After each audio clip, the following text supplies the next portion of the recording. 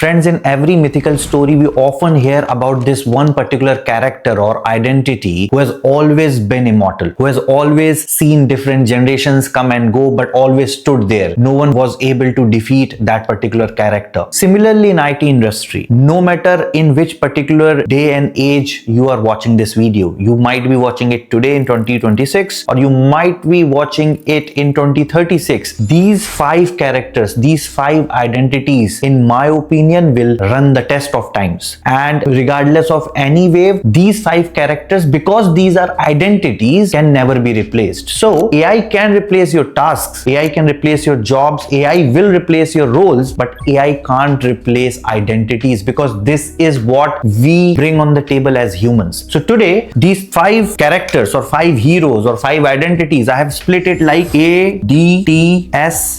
These 5 characters we'll go through. You might be aware of some, but I'm sure that every individual has some percentage of all these 5. And if you are a mid-career professional, if you are watching this video, you can exactly understand where or which particular character resonates with you the most and build upon it. So the first 3 are the technical characters and the last 2 are more human-centric. So let's chat about it. I think it's going to be an interesting video because these things are not often discussed. And while we are working on our Claude code, GitHub, and doing all kind of technical stuff, I think this is what will remain consistent regardless of where you are when you're watching this video. So let's start. So the number 1 is the architect. Now when I say architect, don't jump into this conclusion that okay, cloud architect, solution architect, enterprise architect. No, here we are talking about identity. So who is an architect? We have actually talked about it on our other videos, but architect is someone who thinks in systems, who has this ability naturally to design a system in his mind, in his brain, and bring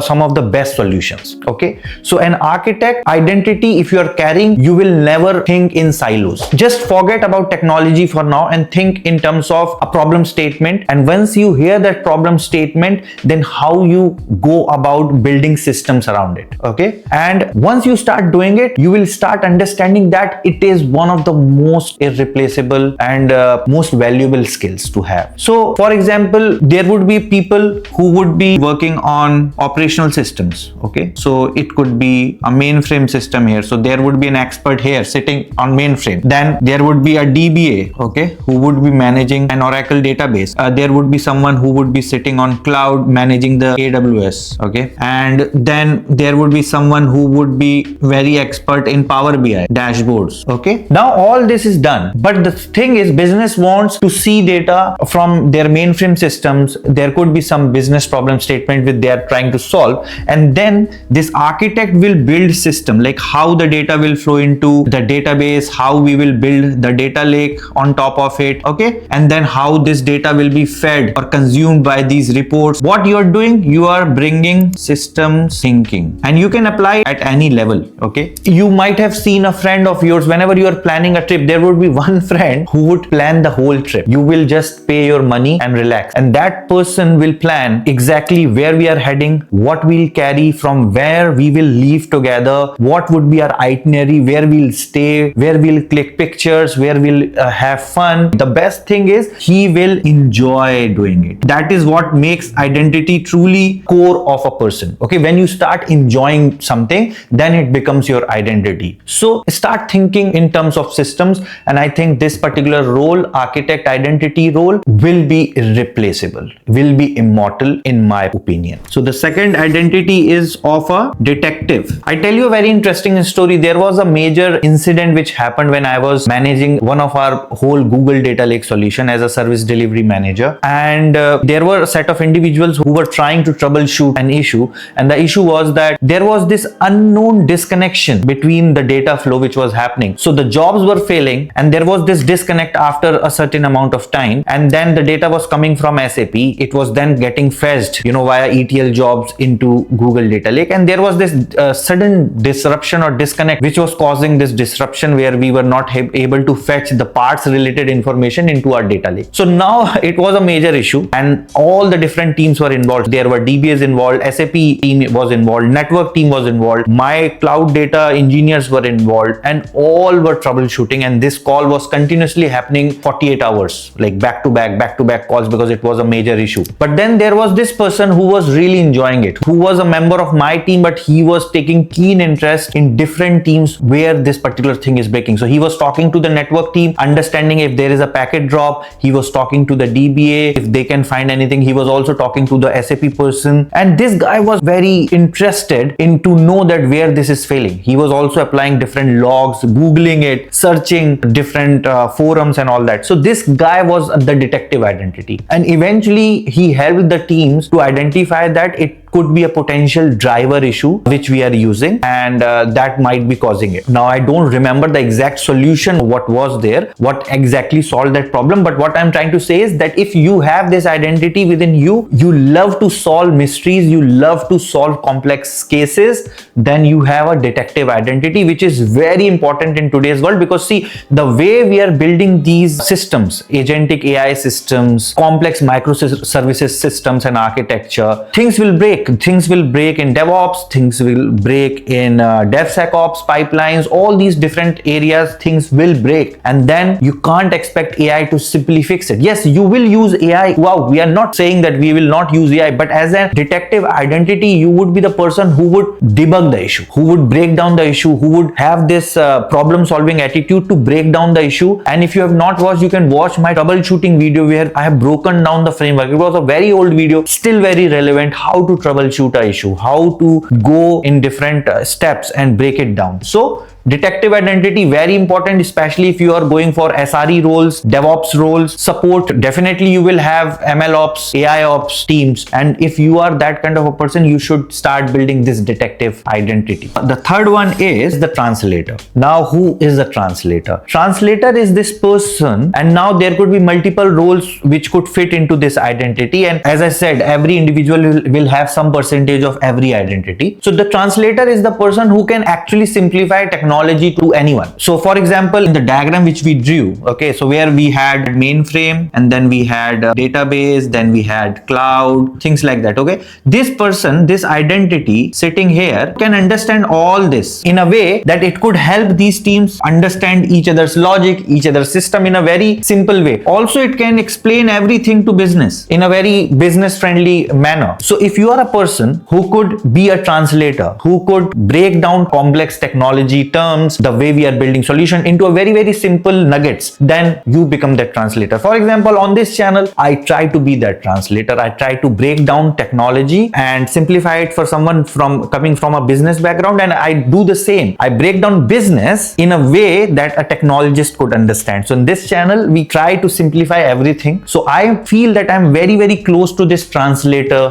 personality. Like, this identity comes naturally to me. If you ask me, I have this quote which I wrote. There is nothing 100% of which I know, but there is everything 100% of which I share. So the thing is not exactly relevant to this, but this quote says that there could be some of the best people on this planet who know a lot more than me, okay, but they will not have this natural ability to make other people understand, okay. So that's where this translator or this teacher identity comes in, and it is an invaluable thing in today's age, because you need these people who act as a bridge between business and technology teams, between business and, you know, different other business functions. So I think if you can embrace it, it can take you to different levels. You can become a business analyst, you can become a business relationship manager, you can go into pre-sales. There's a lot of opportunity if you are a translator. So try to see if you can align yourself with this identity. The fourth identity is very important, of a strategist. Who is a strategist? A very important identity, guys, because this strategist is a person who loves to gain business knowledge. So if you are a technologist and you want to become a strategist, you have to understand business. You have to go deep into how business actually works. And whenever you are implementing anything, you have to start asking why we are doing it, what benefit we will get by implementing this. And in that way, what you will realize is that whatever we are doing as a technology technology team does make an impact, but then it is only a part of the overall business. Okay, IT is only there to enable business earn more revenue, make more profit, and reduce cost. Okay, so if you start understanding the business nuances, you will become a strategist. You will become a person, someone very close to the translator again, but you are also thinking from business strategy perspective, and you will start giving inputs. Although you will be primarily coming from a technology side, but then because you understand business so well, your thoughts, your inputs will start aligning with business very closely, and that's why you will capture the room. Wherever you go, in whichever room you will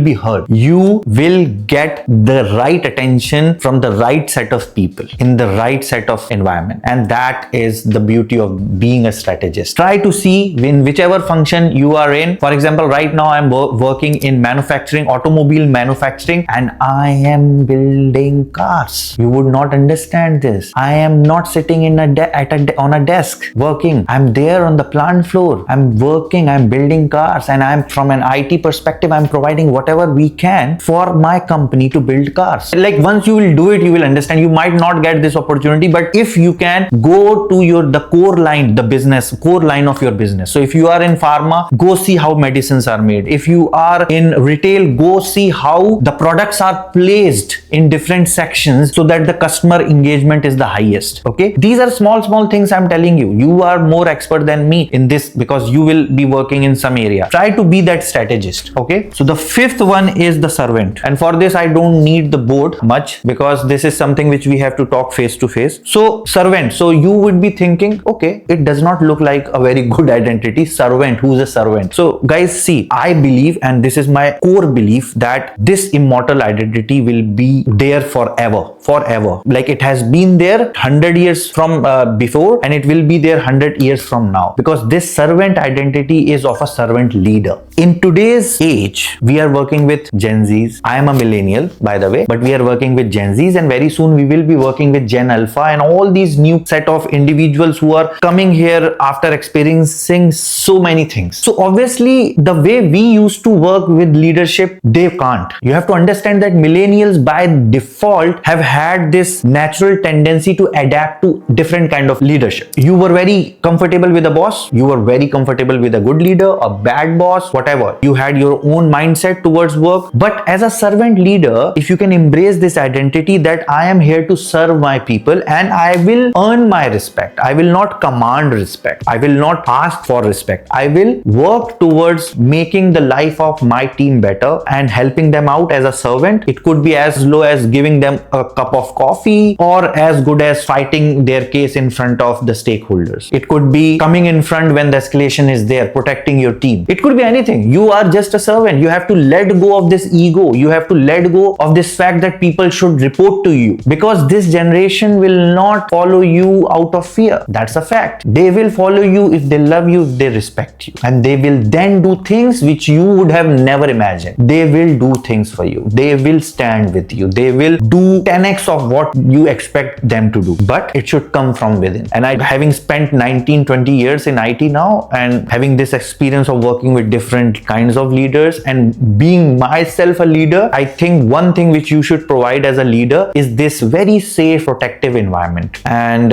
let your team be free. Tell them that you are happy if they break anything, and if anything breaks, you are there to take care of any escalations. So I think that if you are a mid-career, this identity will not resonate with someone very young, but if you are someone who is aspiring towards leadership roles, and leadership could be out of all the four which we have talked about. Leadership is not a role, it's again an identity. Think about servant leadership. Think about how to lead in a way where you are more human. Okay, that's what I feel, and that will resonate really well, and it should come from within. You can't fake it. You can fake it for some time, but then it won't work. So you should generally be interested in making your team happy, making your team feel satisfied, and obviously there will be dissatisfactions, but how you deal with that, I think that's very, very good. A servant leader, in my opinion, always punches up, never punches down. So if you are there, you will always take stand against people who are above you. It's not a confrontation, but it is just the nature how you lead, and you will never be harsh, you will never be